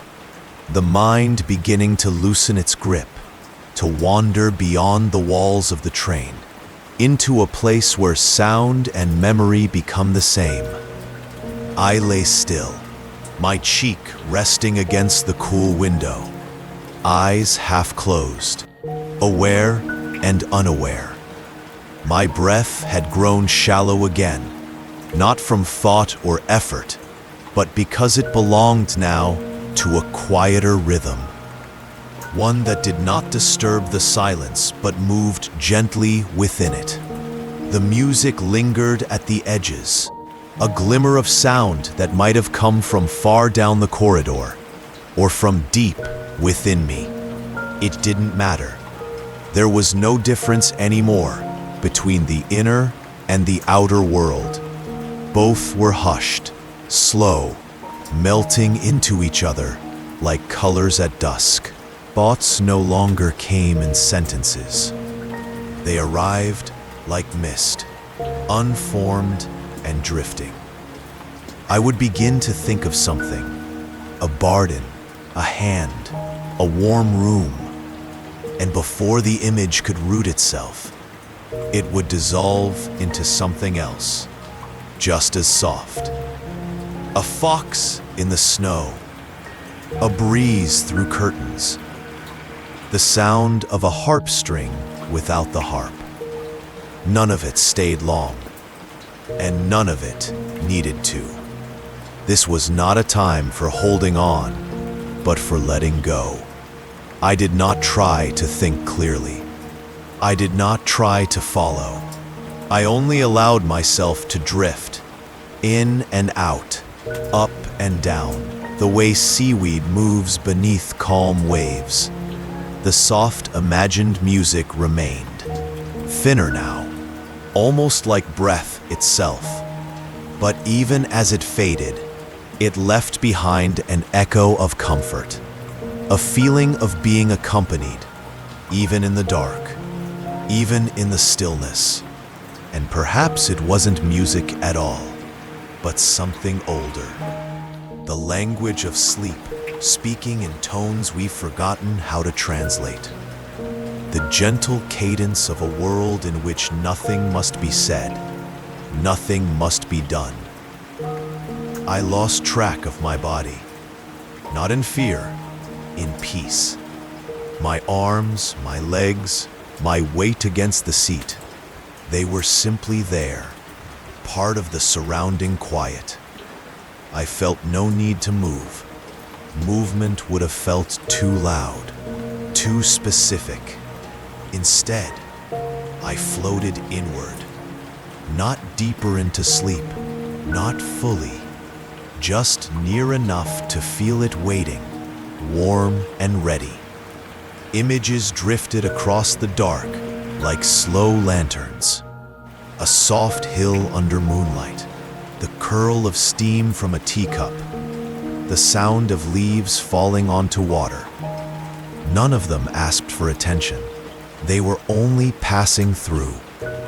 Time, too, had become a ghost, felt only by absence. Even the train, which had once seemed like a companion in its steadiness, now felt more like a dream itself. Along. Somewhere, very faintly, I imagined there was a candle burning, or the idea of a candle. Not visible, but felt. A source of warmth in some quiet corner of the world. It flickered softly, not asking to be seen, only offering its small light to whatever wandered near. The music, if it had ever truly been music, thinned to a whisper, then to silence. And still, I heard it, or remembered hearing it. It was like a kind smile offered from a stranger who has already walked away. It stayed in the shape of the air, in the calm between thoughts, in the slow descent toward sleep.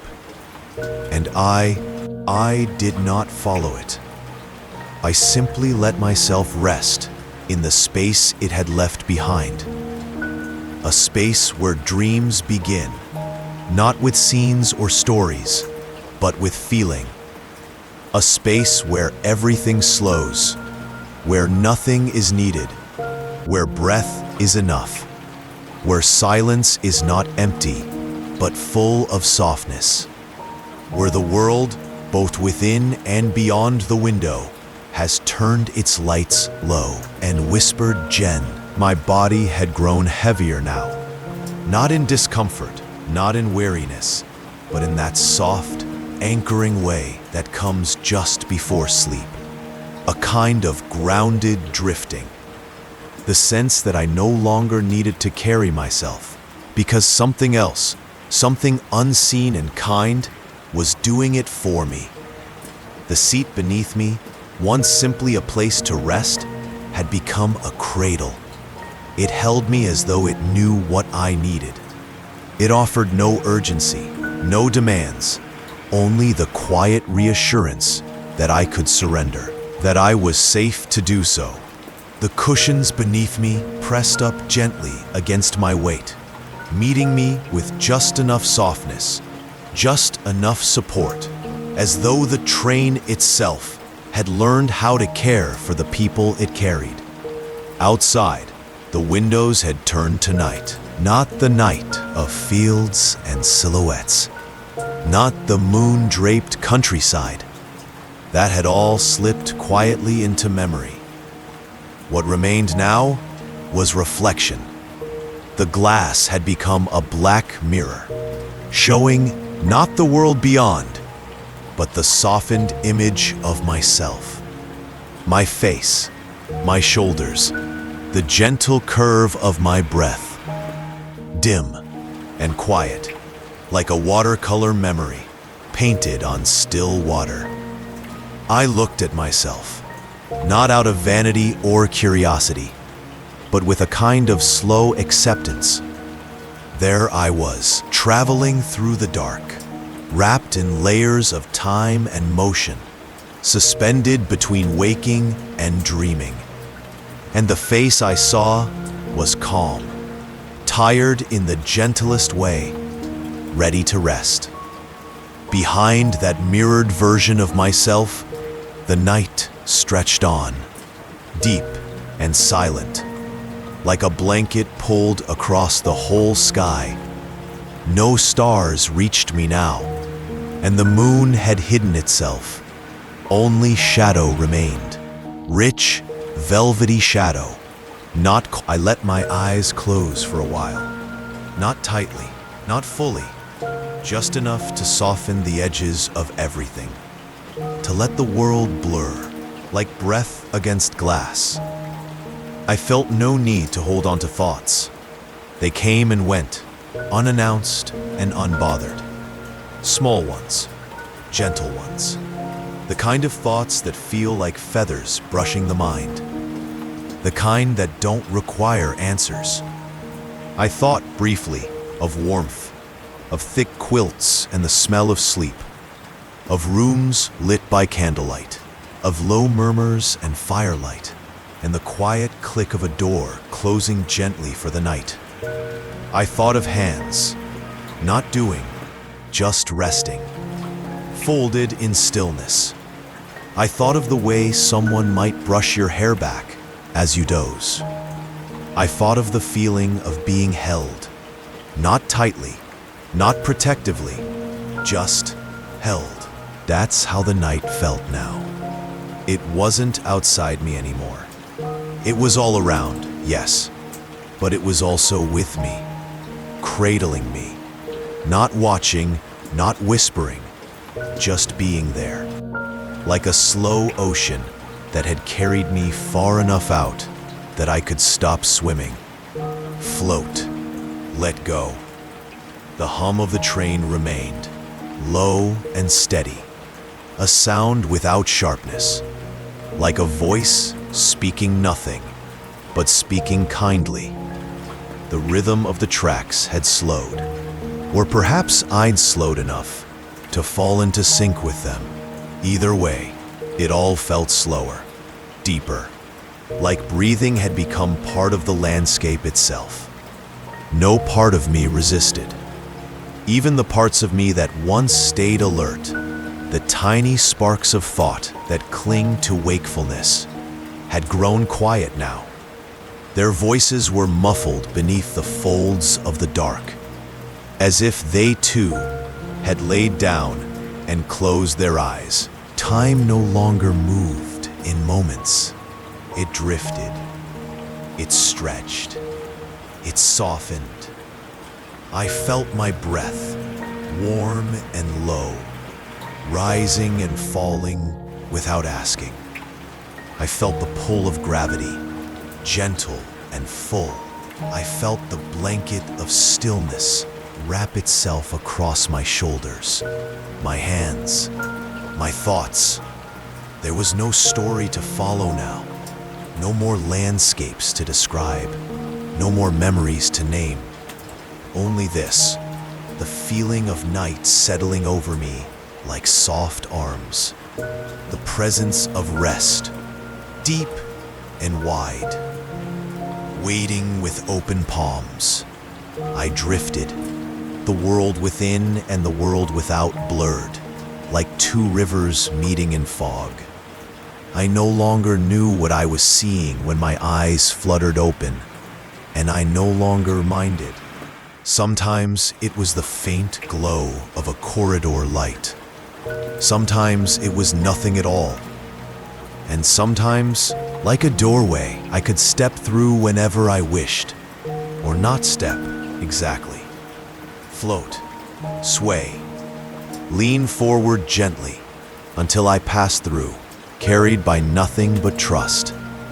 I breathed in.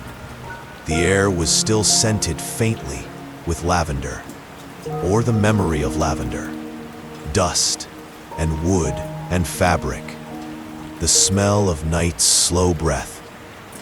I breathed out, and with that breath, I let go of even the idea of staying awake. My limbs sank deeper into the seat. My head leaned further into the glass. My eyes closed fully this time, not as an action, but as a release, as a sigh. I did not sleep all at once. I didn't need to. I simply stopped being awake. There was no moment where it changed. No final thought. Only the ongoing hush. The train, the night, the cradle of stillness, all held me now.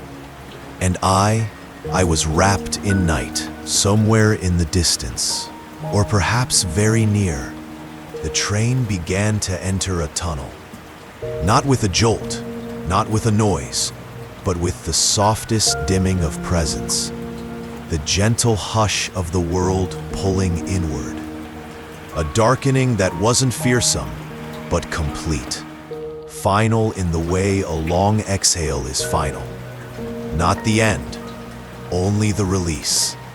It was like a velvet curtain falling over everything, slowly and softly, until there was nothing left but the feeling of being wrapped.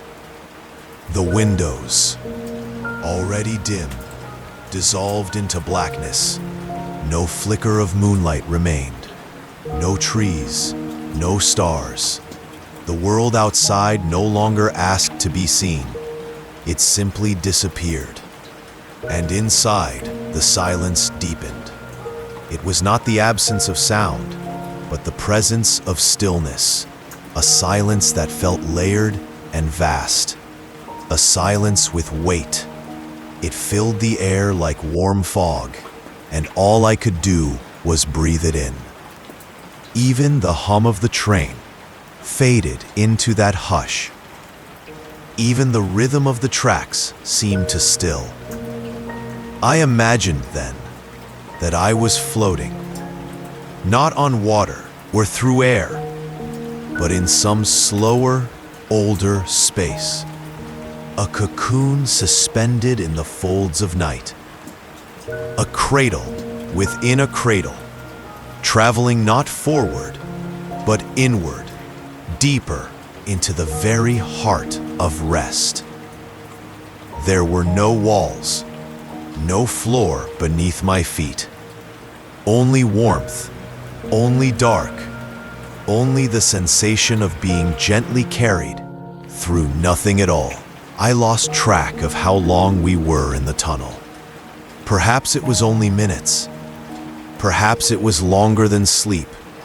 But time had softened too much to measure. It no longer moved in seconds or minutes or beats. It moved like breath, and then like nothing. Like a thought that begins, but never needs to finish. I became aware of my breath again, not as something I was doing, but as something that simply continued. A quiet ride, and in the silence of the tunnel, my thoughts began to drift again. But they were not thoughts in the way I'd known them before. Not ideas or reflections or memories. They had no shape, no voice. They came like feathers, brushed across the surface of the mind. So light, so faint, they never settled. They simply passed, a color, a feeling, the echo of a word I no longer needed to say. They asked nothing of me. They did not speak or pull or linger. They just floated by, like tiny clouds in a vast sky. And I watched them, loosely, from somewhere below sleep, somewhere before dreaming. The tunnel held everything now, not as a place, but as a sensation. It was a slow, quiet sky with no stars, a river with no edges. I felt I could dissolve inside it. And that idea brought only peace. My limbs, already so still, forgot how to hold shape. My body became a quiet weight in the embrace of the seat. My breath, a soft thread tying me to the moment. And even that thread grew finer, finer still. No part of me reached outward anymore. No part of me reached inward either. There was no need. I simply existed in the hush. Perhaps the tunnel was not made of stone or earth at all. Perhaps it was a passage through something softer, a veil between thoughts and sleep, between now and nevermind, a corridor of night through which I drifted without effort, without sound. There were no edges, no changes, only the sense of being gently suspended. There was a peace here that asked for nothing, named nothing, a silence that did not need to be broken, a darkness that was not empty, only vast. And I, drifting slowly, softly, was no longer trying to stay awake, nor trying to sleep. I had become the pause, the stillness, the in-between.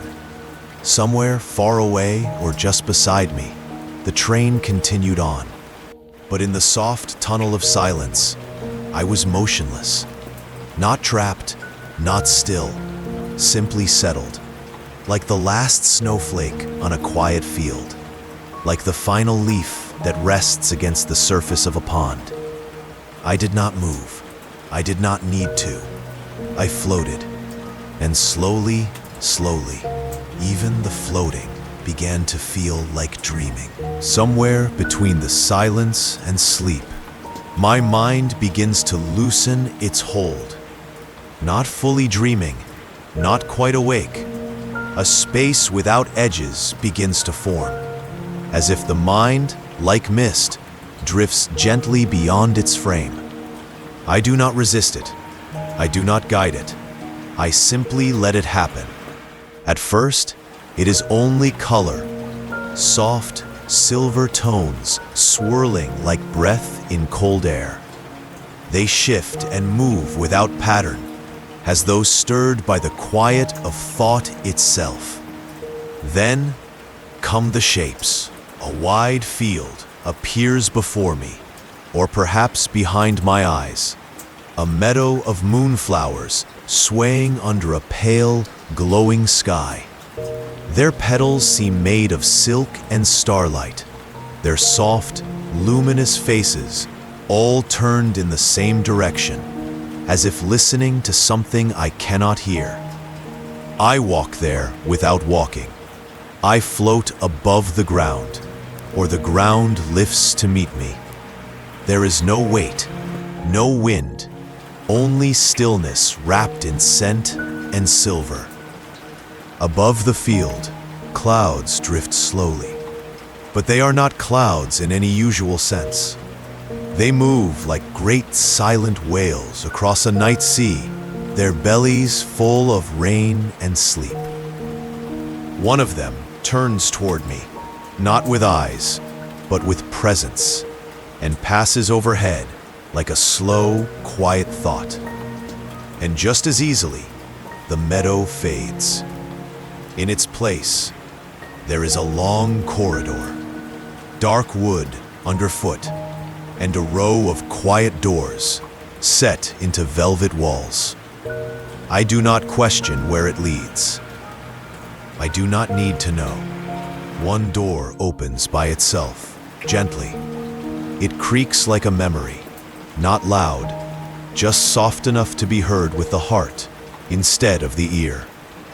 Beyond it, there is only starlight, an entire sky behind a doorframe, and the stars blink slowly, like eyelids heavy with dreams. I do not step through. I only see. That is enough. Shapes drift past again, now softer than before. Not places, not memories, but sensations that wear the costume of images. A cup of warmth held in both hands. The hush of snow falling into a deep forest. The feeling of being wrapped in a blanket too big for the body. A cat curled at the edge of the bed, purring like the earth's own heartbeat. These are not thoughts. They do not ask to be remembered. They simply pass, and I float behind them. Somewhere in the haze, a path of lanterns curves around a hill of moss. They flicker with golden light, but their glow does not disturb the dark. It only makes it softer. And as I look, the path becomes a ribbon, and the hill becomes a pillow, and the lanterns turn to fireflies. Everything shifts, but nothing startles. Each change is like an exhale, one shape giving way to another. And through it all, there is no urgency, no curiosity even. Only acceptance, only rest. I do not try to understand these images. I do not reach to hold them. They are not messages. They are not puzzles. They are simply the soft language of the mind as it quiets.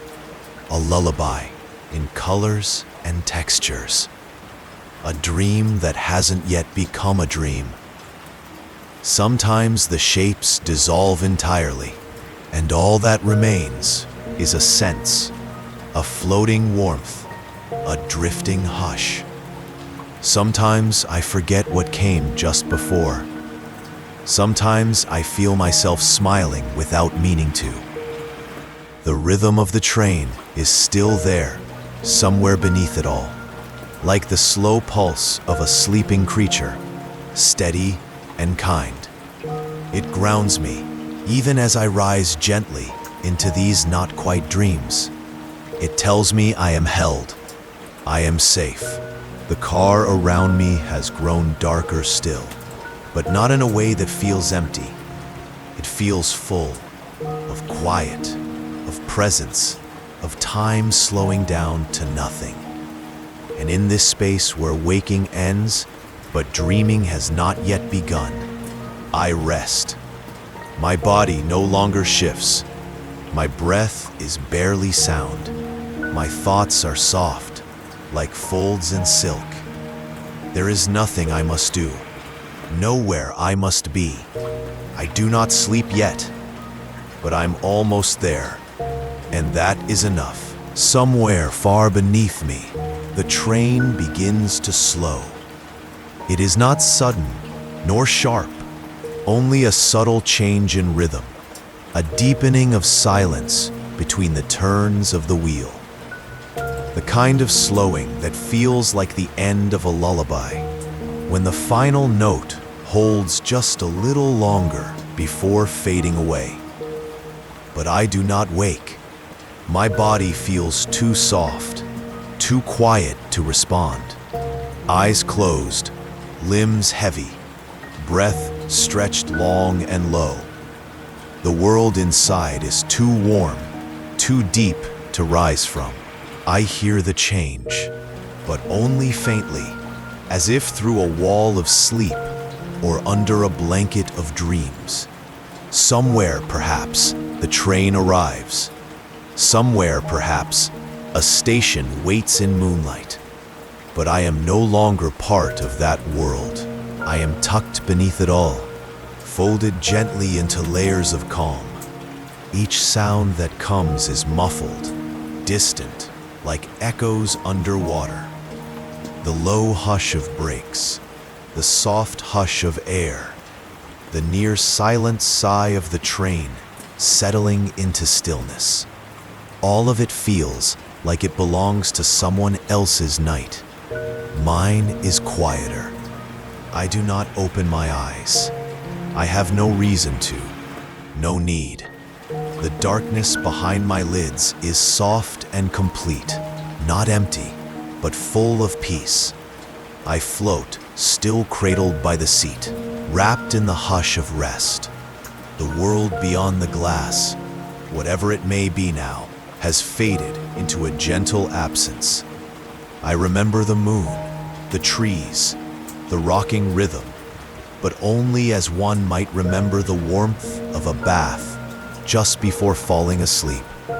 Not as thoughts, not as stories, just feeling. In this stillness, time has no shape. There is no before or after. Only now, this slow, endless now. My breath, my heart, even my dreams seem to have slowed in harmony with the train, as though the whole of me has entered a deeper rhythm, one too soft for daylight, too tender for noise. Farther down the carriage, I think there is movement, a bag lifted, a footstep placed, but it brushes past me like mist.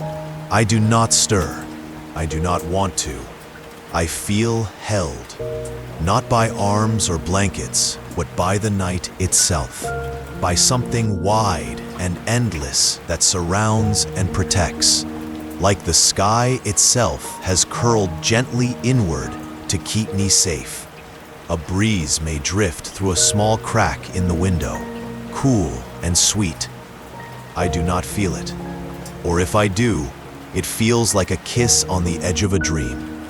The train may begin again, or it may not.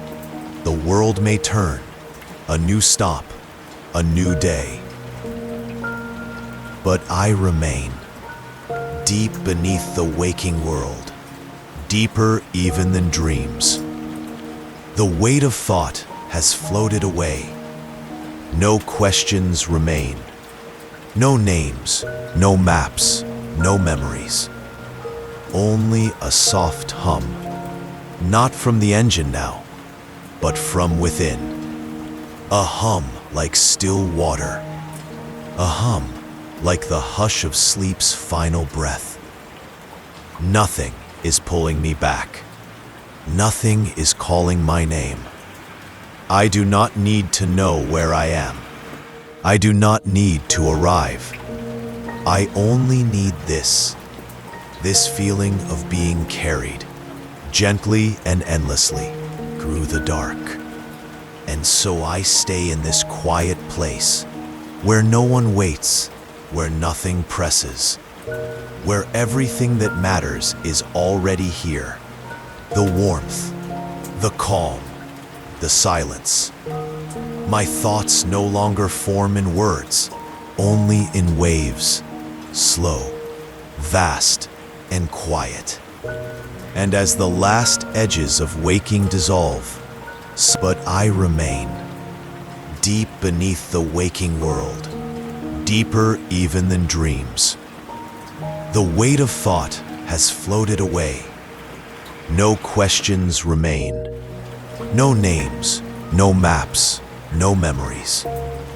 Only a soft hum, not from the engine now, but from within.